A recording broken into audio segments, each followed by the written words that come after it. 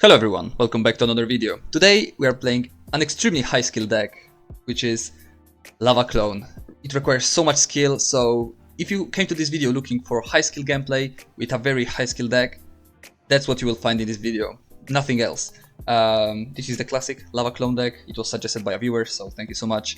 Missed playing this deck a lot, and hopefully we can get some nice, very good wins. We are out of the top 10k, we dropped a little bit.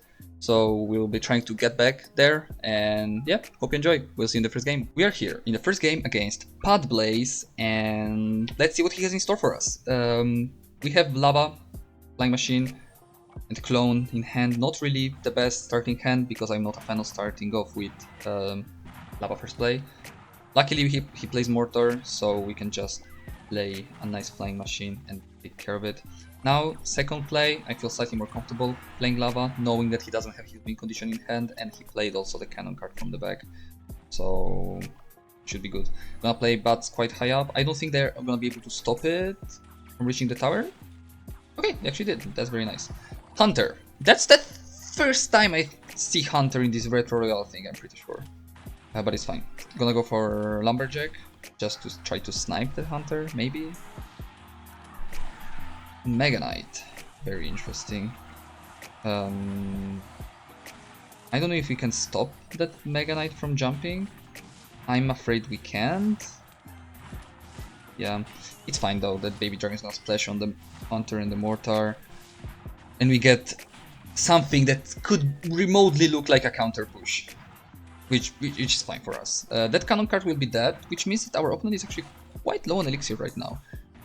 We just need to hope that he doesn't have poison, which he might. If he has fireball, we are good, or rocket. But he might have poison, which is not great, because it would basically stop the whole push with just 4 elixir.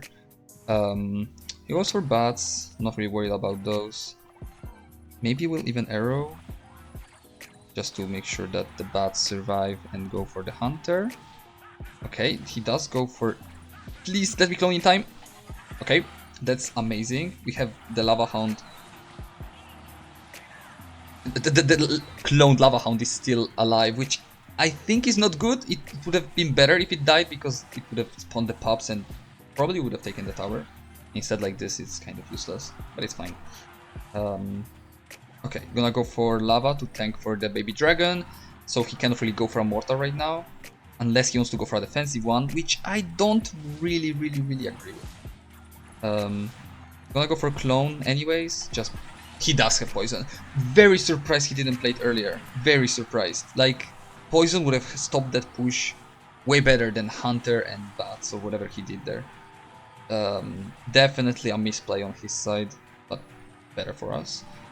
Obviously, gonna try to get that Lava Hound on the tower somehow. Gonna arrow here. Don't want to deal with that crab. Gonna go for a Skarmy like this to make sure that the Mega Knight doesn't get anywhere. Very late Lumberjack, but it would have been fine. I think we would have defended the tower anyway. So very nice first game. I feel like it was a hard matchup, if it wasn't for the fact that our opponent just played like shit, kind of. If he only played poison, my push would have been dead. Like, literally there is no card in my deck that can survive a poison and actually like 2 damage on the tower. Obviously Baby Dragon or Lava will survive the poison, but like, what kind of damage is it gonna do? So he didn't play well. He also had Hunter and Bats, so he was perfectly fine there, and I didn't really have great answers for the Mega Knight. Like, Lumberjack is my only answer, and if it's not even that good, so yeah, better for us. Eric, here in the second game from Crema Catalana. He splits Bats from the back, so we have another deck with Bats. This time it seems it's more of a bait kind of deck, which I'm not a huge fan of, obviously.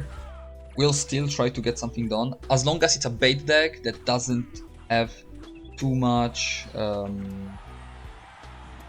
like splash damage is fine. Usually bait decks do not, and like, it's just a princess usually, but we will see. I really don't know what to expect.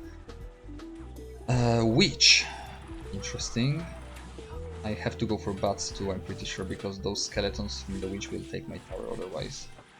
So this is not great, because we need to commit quite out of elixir. I think I have to arrow, unfortunately. He activated King Tower. Didn't notice. Arrows were not necessary. That's great. That's very good. Having King Tower in this matchup specifically is amazing. Our objective here is basically trying to survive to double elixir without losing the tower. Even if it like stays around 1k health, it should be fine. As long as it's not dead. Because if it dies, he can close on defense completely and not push anymore, and that's the worst thing that can happen. Doesn't look like he will be taking the tower because there's only 27 seconds remaining as of right now, and he just wasted 5 elixir on that witch that just died, which is great. I will start the push right now. I feel like this is the perfect opportunity because he's kinda low. He can put a prince on the left lane, but we have Skarmy to nullify it unless he goes for a spell prediction, which he doesn't. He goes from Mega Knight from the back.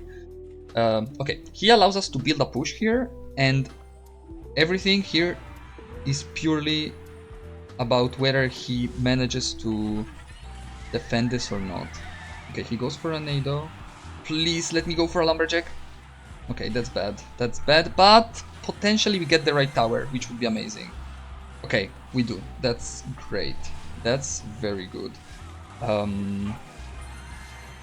We get a nice baby dragon. I will probably just ignore it, like just let it go. And go for a Lava Hound. Amazing. We need to watch out for that Mega Knight.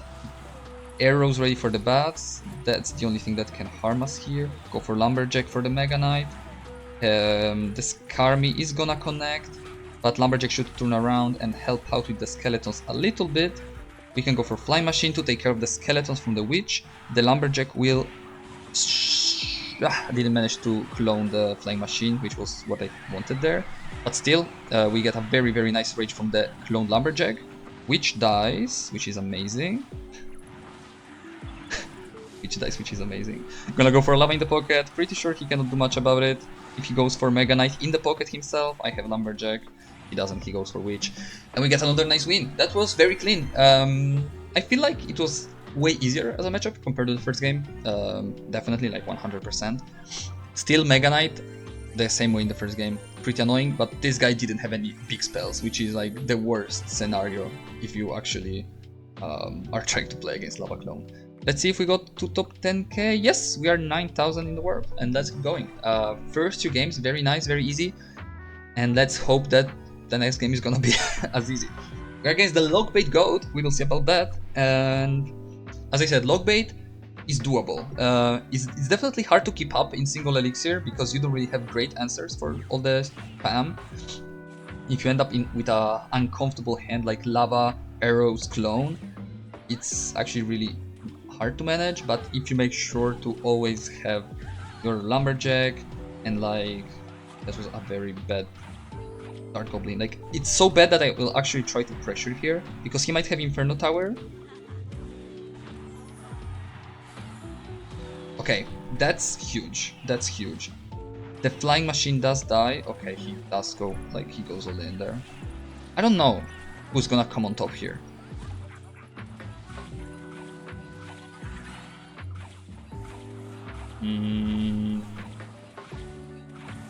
Went overboard with that clone there. It was completely unnecessary. Luckily, I can go for Lumberjack here and I should be fine.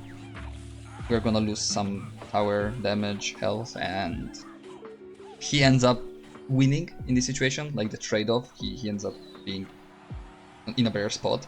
But it's fine. Like usually, playing LAVACLONE, it's actually not that uncommon to be down 1 tower in single elixir, specifically against decks like Bait, because it's very, very, very hard to keep up. I'm gonna go for Baby Dragon Skarmy to make sure we don't lose the tower here.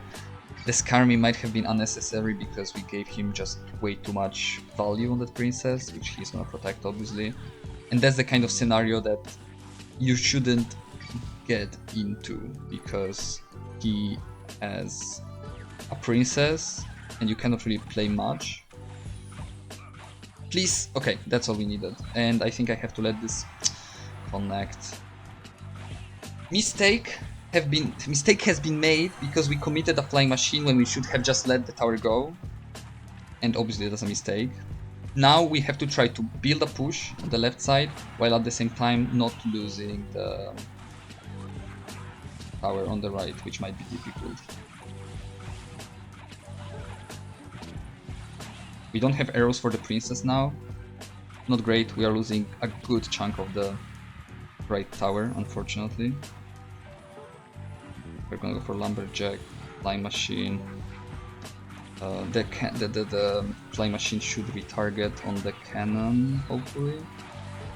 He's gonna probably tank with Valkyrie. We need to just go for it.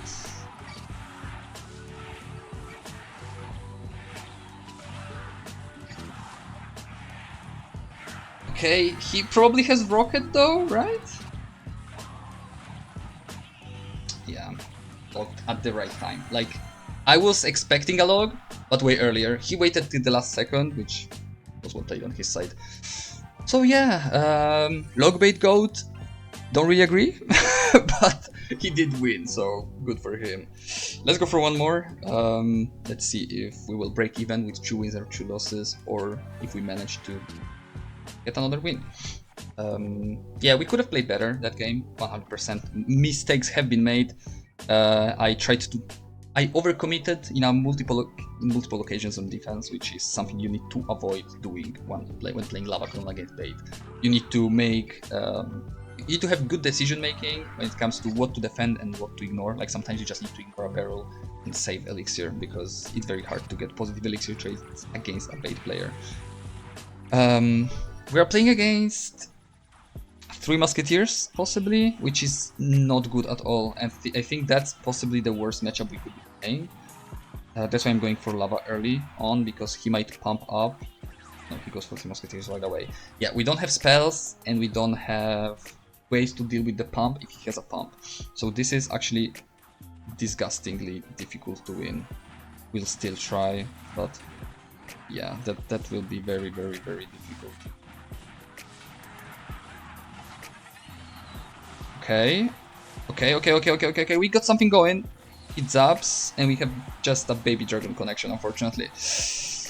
Yeah, that's the only way you win, just trying to overwhelm the side where he plays the musketeers. He split them, he still doesn't know what spell we have, because we might be, like, from his side we might have Fireball, which would be perfectly normal, because this deck does run with Fireball. I will try to play a Lava Hound here, even though it's kind of an overcommitment. Please tell me I hit that. I kind of hate that right before this... yeah, those arrows are a mistake. I should have just went for the minion horde. I was trying to hit everything, and by trying to hit everything I ended up hitting nothing. That's what happened. That's a life lesson right here. Lumberjack will not do much, because he can just go for kite with thingy there. Yeah, I mean, at least we take care of the minion horde.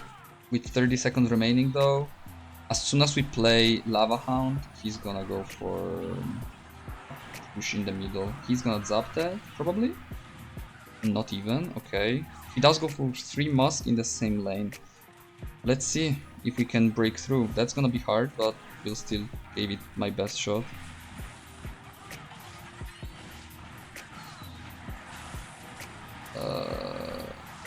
Please. No. Please. That was so fucking lucky. Okay. We are onto a winner, possibly.